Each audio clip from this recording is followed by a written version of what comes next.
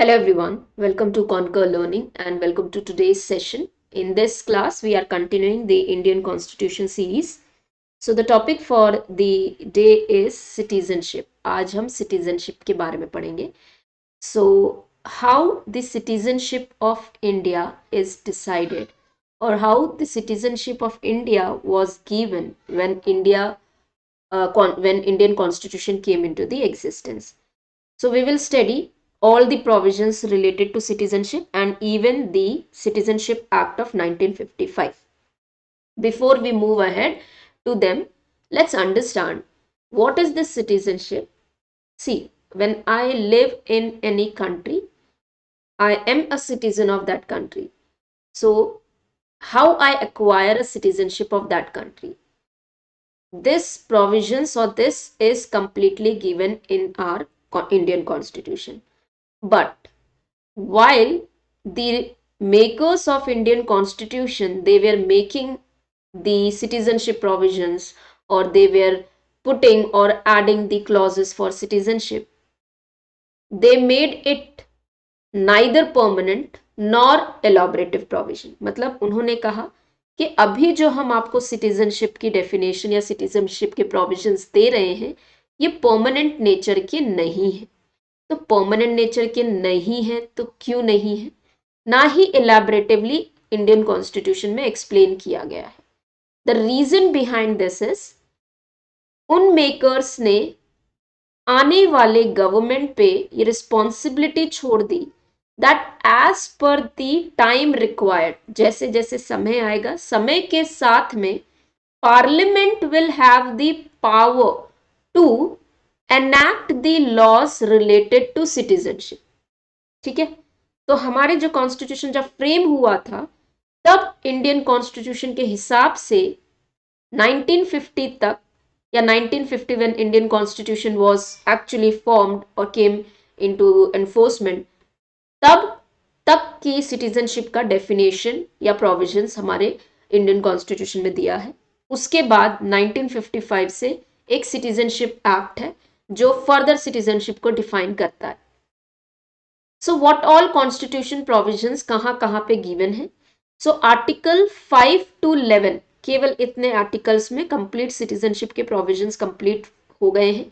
Given in part 2, neither any permanent nor any elaborate provision. So जैसे कि मैंने आपको बताया कोई ऐसे परमानेंट नहीं है कि यही प्रोविजंस या यही चीजें फॉलो करोगे आप आगे भी, ना ही उनको एलैबोरेटिवली डिफाइन किया गया है बिकॉज एम्पावर किया गया पार्लियामेंट को आगे के लिए that as per the requirement जैसे जैसे जरूरत पड़ेगी आप लॉज बनाते जाओगे सिटीजनशिप से related. Very very important thing about Indian constitution या Indian citizenship is that we follow single citizenship. Now what is single citizenship? Like USA, in USA there are two dual citizenship, means the citizenship of that particular country as well as the state in which the person is residing. तो वो country की citizenship के privileges और जिस भी state के उसको citizenship मिलेगी वहां के बेनिफिट्स को एंजॉय करेगा.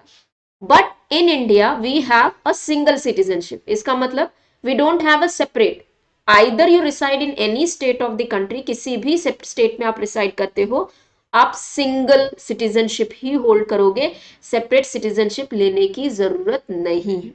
Also is this citizenship available to even those who are non-residents in India, those who are aliens? Now these aliens are enemy alien or what? तो जिस कंट्री से हमारे वॉर लाइक सिचुएशंस होंगे वो enemy alien होंगे.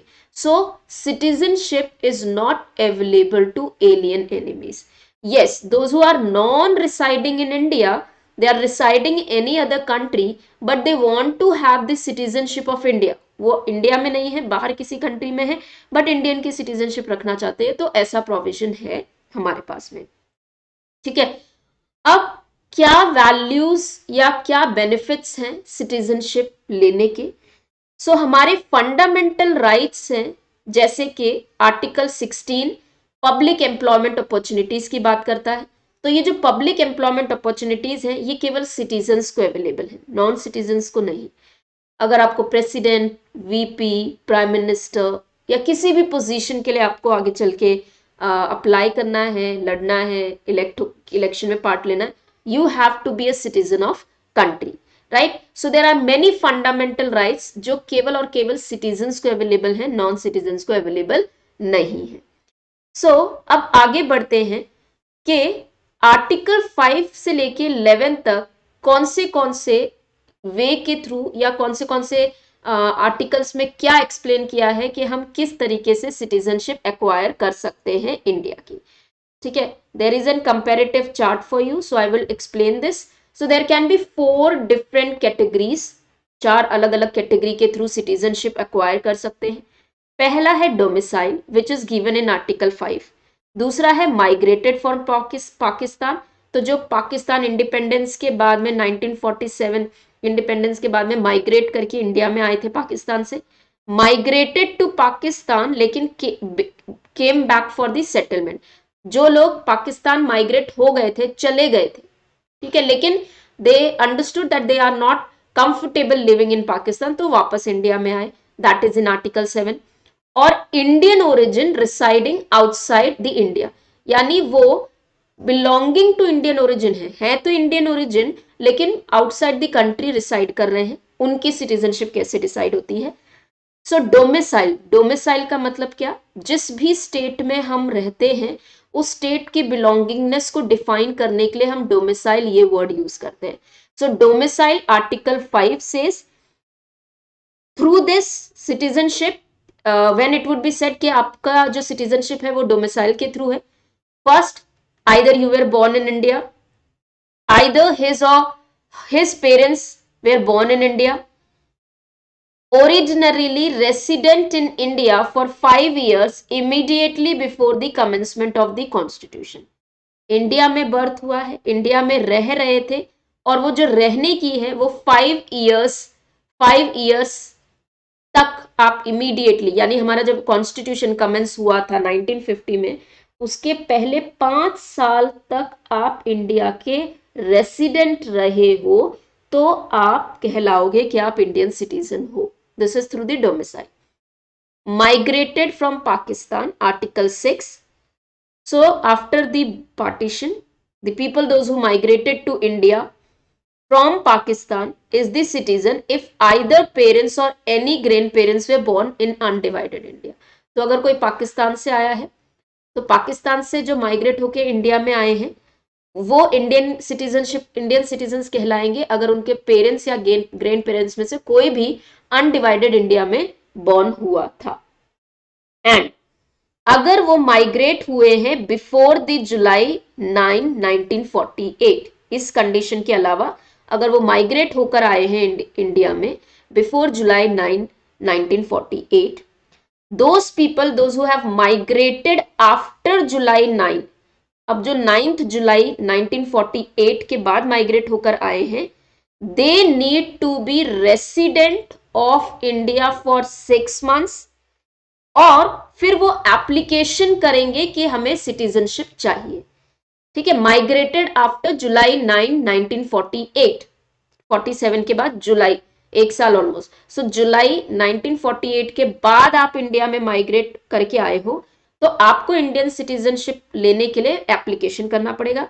उस application for registration को करने से पहले कम से कम 6 महीना आप इंडिया में रहे हो। Migrated and back came back for settlement. अच्छा, एक और चीज, दिस 19 जुलाई 1948 ये वाला पर्टिकुलर डेट क्यों दे रखा है, because this was actually declared for the settlement और माइग्रेशन एंड ऑल, ठीक है। अब migrated to Pakistan after 1 March 1947 but later return for resettlement, ऐसे लोग जो वापस इंडिया में आए हैं रीसेटलमेंट के लिए, they will be called as a citizen of India, but for this he has to be the resident। यहाँ पे भी रजिस्ट्रेशन करना पड़ेगा आपको कि आप पहले पाकिस्तान चले गए थे, आप फिर अब इंडिया में आ रहे हो, आपको यहाँ रजिस्ट्रेशन करना पड़ेगा। बट रजिस्ट्रेशन जो आप कर रहे हो उसके पहले 6 months आपकी रेसिडेंस इंडिया में होनी चाहिए, और ये एप्लीकेशन कॉन्स्टिट्यूशन के कमेंस होने से पहले किया होना चाहिए 1950, क्योंकि उसके बाद इट इज 1955 एक्ट के हिसाब से होगा। तो यहाँ पे एक पॉइंट जो मेंशन नहीं है लेकिन उसको ध्यान में रखना है कि ये जो एप्लीकेशन होगा, भले ही आप इंडिया में वापस आए हो, लेकिन ये एप्लीकेशन 1950 से पहले किया होना चाहिए, और ये एप्लीकेशन करने से पहले your residence have to be 6 month India में। अब Indian origin residing outside the India given in article 8। For this, अगर कोई पेरेंट्स और grand parents were born in India but originally residing outside the India, Indian citizenship उसको मिलेगा। यानी अभी वो इंडिया से बाहर रिसाइड कर रहा है, लेकिन उसके पेरेंट्स या ग्रैंड पेरेंट्स जो थे वो इंडिया में बोर्न हुए थे, तो उसे इंडियन सिटीजनशिप मिलेगी। इसके अलावा इफ ही हैज रजिस्टर्ड, ठीक है, if he has been registered, ये इंडियन सिटीजनशिप हो गई, but it has to be registered, बाहर है, बाहर देश कंट्री में है, and if he registered himself as an Indian citizenship by the diplomatic और consulate representative of India in the country of residence. So हर एक कंट्री में काउंसुलेट रिप्रेजेंटेटिव होगा, वहां पे आपने अपने आप को रजिस्टर करवा रखा है एज एन इंडियन सिटीजन, तो आप Indian origin residing outside the India हो तभी भी आपको इंडियन सिटीजनशिप मिलेगी। So I hope that is clear. Article 5 domicile कहता है कि आप इंडिया में बॉर्न हुए हो, इंडिया में आपके पेरेंट्स ग्रैंड पेरेंट्स बॉर्न हुए हैं, आप वहीं रह रहे हो लास्ट 5 ईयर से। आर्टिकल 6 माइग्रेटेड फ्रॉम पाकिस्तान, आप पाकिस्तान से आए हो, अनडिवाइडेड इंडिया में आपके ग्रैंड पेरेंट्स या पेरेंट्स बॉर्न हुए थे, जुलाई 9 1948 के पहले आप माइग्रेट हुए तो आपको सिटीजनशिप मिलेगी। उसके बाद अगर आप आए हो तो आपको एप्लीकेशन ऑफ रजिस्ट्रेशन करना पड़ेगा। आर्टिकल 7, आप पाकिस्तान चले गए थे बट वापस आप सेटलमेंट के लिए आए हो, तो again you have to make an application, but उस एप्लीकेशन को करने से पहले 6 महीने आपको रेसिडेंस दिखानी है, और वो 1950 से पहले आपको एप्लीकेशन करनी है। इंडियन ओरिजिन, सो आपके parents grandparents were born in India, and आपको आपने अपने आप को रजिस्टर करवा रखा है काउंसुलेट रिप्रेजेंटेटिव से, ठीक है। So this was the citizenship article 5, 6, 7, 8। अब इसके आगे हम आर्टिकल पे चलते हैं। Let me just turn this. Article 9 क्या कहता है? Article 9 is about not a citizenship.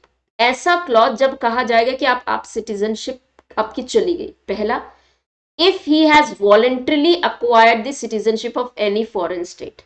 Y? Because we don't accept the dual citizenship. आपने वॉलंटरली होकर किसी और कंट्री की सिटीजनशिप एक्वायर कर ली है तो आप इंडियन सिटीजनशिप ऑटोमेटिकली नहीं रहोगे। आर्टिकल 10 कहता है डीम्ड सिटीजन। कब ये डीम्ड समझा जाएगा, माना जाएगा कि आप इंडियन सिटीजनशिप हो। Continue to be citizen subject to the provision of any law made by the parliament. तो पार्लियामेंट के हिसाब से बनाया गया एक ही भी कोई भी एक लॉ है, उस लॉ के हिसाब से आप उस चीजों को फुलफिल करते हो तो आप डीम्ड सिटीजनशिप कहलाओगे। आपको उसके लिए रजिस्ट्रेशन या एप्लीकेशन करने की जरूरत नहीं है। Article 11, parliament has a power to for acquisition termination of citizenship. Parliament के पास में पावर है कि वो रूल बना सकती है, लॉ बना सकती है कि कैसे सिटीजनशिप को एक्वायर किया जाएगा या कैसे सिटीजनशिप को टर्मिनेट किया जाएगा, ठीक है। So that was your Indian constitution article 5 to 11। अब हम आते हैं citizenship act of 1955। This act actually provides the provision for acquisition and loss of citizenship after the commencement of constitution. So 1950 के पहले जब इंडियन कॉन्स्टिट्यूशन बना था तब तक का तो इसके पहले एक्सप्लेनेशन है, उसके बाद एक्वायर कैसे की जाएगी, टर्मिनेट कैसे किया जाएगा, वो 1955 एक्ट में दिया हुआ है। It provided for commonwealth of citizenship as well, but इसे 2003 के अमेंडमेंट से रिपील कर दिया गया था। According to this act, there are 5 ways of acquiring the citizenship: birth, descent, registration, naturalization, incorporation of territory. Descent is your blood relationship. ठीक है? Birth, descent, registration, naturalization, and incorporation of territory. Now let's understand them one by one. So again a comparative chart which will help you to revise the things very easily. तो पहले तो हम आते हैं acquisition of citizenship by birth.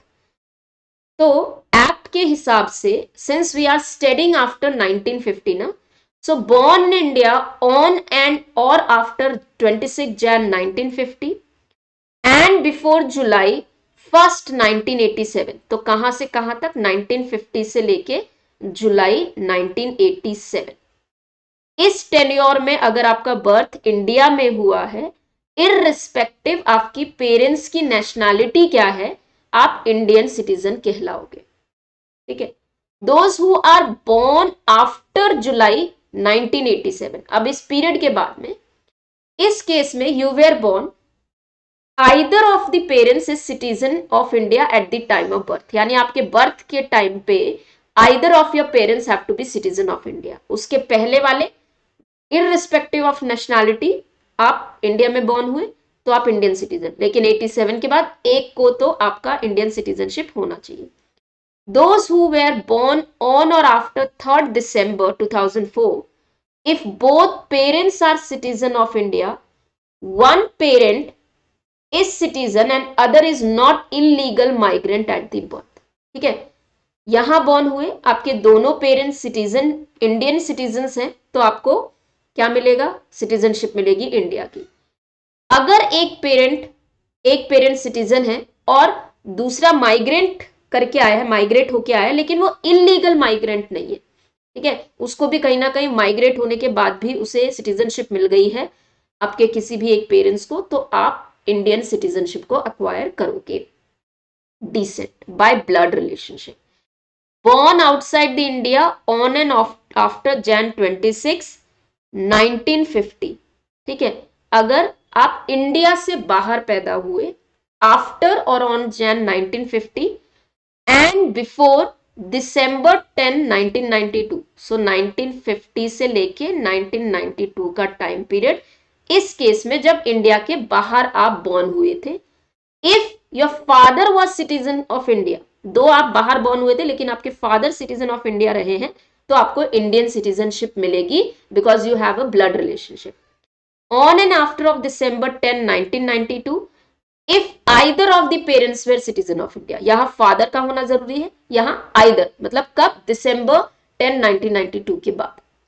अब दिसंबर 3 2004 onwards, born outside the India, बाहर आप पैदा हुए, but birth is registered as at an Indian consulate within 1 year of date of birth। आप बाहर पैदा हुए हैं और बाहर पैदा होने के बाद भी आपका बर्थ जिस दिन आप पैदा हुए थे उसके 1 साल के अंदर आपका कॉन्सुलेट, इंडियन कॉन्सुलेट के पास में रजिस्ट्रेशन हुआ है कि आप इंडियन सिटीजनशिप हो, तो आपको इंडियन सिटीजनशिप मिल जाएगी। ठीक है, और परमिशन ऑफ सेंट्रल गवर्नमेंट, ठीक है, ये अगर एक्सपायर भी हो जाता है, 1 साल हो गया आप नहीं ले पाए, आपको उससे सेंट्रल गवर्नमेंट से परमिशन लेनी पड़ेगी after the expiry of this period. हाँ, जब ये इंडियन कॉन्सुलेट में रजिस्ट्रेशन करवाते हैं तो जो पेरेंट्स हैं, पेरेंट्स को एक डिक्लेरेशन देनी होगी that the child is not holding any kind of passport for another country. ठीक है, अब अनदर इज रजिस्ट्रेशन। अब रजिस्ट्रेशन के थ्रू भी, यानी सपोज अगर कोई पर्सन इंडिया से बाहर रहता रहा हो, अब वो इंडिया में वापस आया, उसको कुछ टाइम पीरियड हो गया है और रजिस्ट्रेशन के थ्रू वो अक्वायर करना चाहता है सिटीजनशिप, तो क्या कर सकता है? हाँ, कितने टाइम में? So any person not being an illegal, पहले तो वो इलीगल माइग्रेंट नहीं होना चाहिए, and one who has made an application for the registration, he is not illegal, वो इलीगल माइग्रेंट नहीं है और उसने एप्लीकेशन कर रखा है सिटीजनशिप के लिए। तो इसमें कुछ कंडीशंस हैं। पहला, a person of Indian origin, Indian origin है लेकिन रिसाइडिंग आउटसाइड, इंडिया के बाहर रिसाइड कर रहा है, then in India 7 years before the application, बाहर से अंदर आए, इंडिया आए, इंडिया के बाहर रिसाइड कर रहे थे, ठीक है, इंडियन ओरिजिन है, ओरिजिनली रिसाइडिंग इन इंडिया, और बिफोर यू मेक, आप इंडिया में रिसाइड कर रहे हो 7 years बिफोर द एप्लीकेशन। ये जो एप्लीकेशन है, ये एप्लीकेशन करने से पहले 7 साल आपको इंडिया में रहना होगा, तभी रजिस्ट्रेशन के थ्रू आपको क्या मिलेगी? आपको सिटीजनशिप मिलेगी। ये सारी बातें हम क्या कर रहे हैं, सब 1950 के बाद की बातें हो रही हैं। Then B, Indian origin, originally residing in any country, तो ये किसी भी कंट्री में रिसाइड कर रहे हैं, एप्लीकेशन कर, ये इलीगल माइग्रेंट होंगे प्लस ये एप्लीकेशन करेंगे. If the person is married to Indian who is originally residing in India for 7 years, आपकी शादी हुई है इंडियन से, person who has been already being a citizen of India since last 7 year, वो application करेंगे, citizenship मिल जाएगी. Minor children of any Indian, कोई इंडियन है, उनके पास में इंडियन की सिटीजनशिप है, तो माइनर, उनके बच्चे जो है माइनर, उनको सिटीजनशिप मिल जाएगी. Full age and capacity parents registered as an Indian, so those who are of full age and capacity, जिनकी फुल एज है, अडल्ट है, कैपेसिटी है, उनके पेरेंट्स अगर रजिस्टर्ड हैज एन इंडिया तो उनको सिटीजनशिप मिलेगी. Full age and capacity either parents और इंडिपेंडेंट इंडिया और originally residing 12 years in India, या तो आइदर पेरेंट्स, कोई एक parent of independent India, they have been residing in independent India, either of them, दो पेरेंट्स में से कोई एक parent, either of them was residing in India for 12 years, तो आप एप्लीकेशन के थ्रू, रजिस्ट्रेशन के थ्रू सिटीजनशिप एक्वायर कर सकते हैं. Registered as an Indian card holder for 5 years, or if you have gotten registration of Indian card holder for at least 5 years. Naturalization. Now what is naturalization? अगर आप illegal migrant नहीं हो, not a citizen of the country where Indian citizens are prevented from the citizenship, naturalisation के through आपको citizen उस case में मिलेगी. पहली चीज, आप इलीगल माइग्रेंट नहीं होने चाहिए. दूसरी चीज, आप उस कंट्री के सिटीजन नहीं होने चाहिए जहां इंडियंस को सिटीजनशिप नहीं देते, अलाउड नहीं है इंडियन को सिटीजनशिप देना. Renounce the citizenship of the another country, ठीक है, आप बाकी दूसरी कंट्री की सिटीजनशिप को रिनाउंस कर रहे हो. रिसाइडेड इन इंडिया और have been in the service of government of India partly और द पीरियड ऑफ 12 मंथ्स, अगर आप इंडिया में हो और गवर्नमेंट ऑफ इंडिया में सर्विस कर रहे हो since last 12 months before you make an application, तो this is a naturalisation process. 14 years preceding 12 months resided in India or service of government of India, aggregate not less than 11 years. 14 year preceding 12 months, यानी वो जो 12 महीने का जो आप application करते हो उसके पहले जो 14 years है, you have to be residing in India. This 12 months you are doing in government service, right? So this 12 months is for government